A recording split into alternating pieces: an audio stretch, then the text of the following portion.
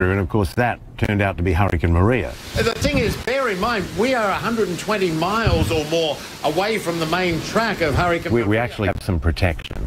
So to give you a sense of how the live shots work, this is our cameraman's room. He's got all the cases here. Over here, got about 10 iPhones, which is about normal for us. Alex here is our cameraman. Out we go, and this is where we've been doing the live shots throughout the whole storm. For endless hours, it's just been going on here. After Maria passed, well, we knew that Dominica, the island of Dominica, had been right smack in the path, the first landfall, Category 5, and Maria had just ripped through the middle of that island. We knew we had to get there. We knew that the damage was bad.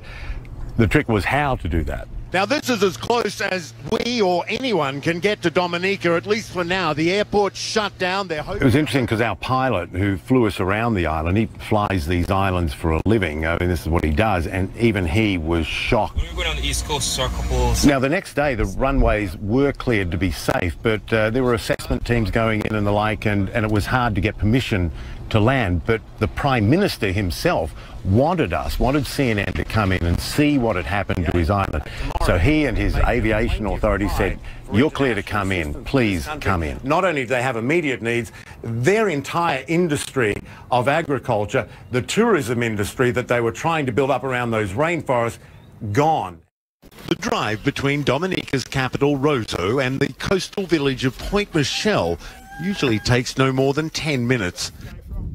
After Hurricane Maria, getting between the two is to embark on an odyssey of hurricane carnage. It was an incredibly difficult walk because we're climbing over all this debris, we're climbing over tree trunks that now formed what was the road, and we knew we had to get there, so we just set off and we walked and we walked and we filmed and we filmed.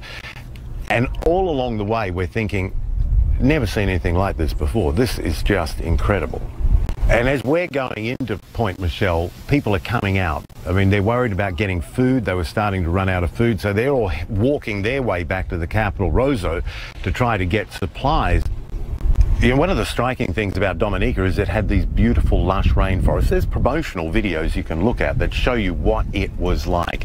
And then when you look at what it is now, that's gone. It's all gone.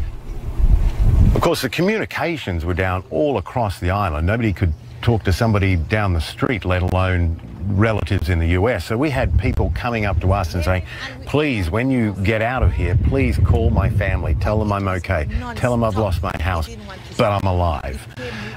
And, you know, Dominique, our producer, would write down the name and the number. I took a couple of names and numbers, and then when we got back to Antigua, we called the families and sent the messages on.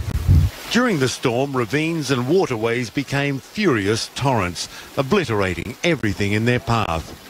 There's no running water on Dominica. These waterways are now the only way to bathe or wash clothes. What we heard here around these islands is things are changing. These storms are not Category 5s. There's not a category for it. They need to invent a Category 6 or 7. That's what people told us. Because these storms are getting stronger, they're getting bigger, they're getting more frequent. And these Caribbean islands are right in the path.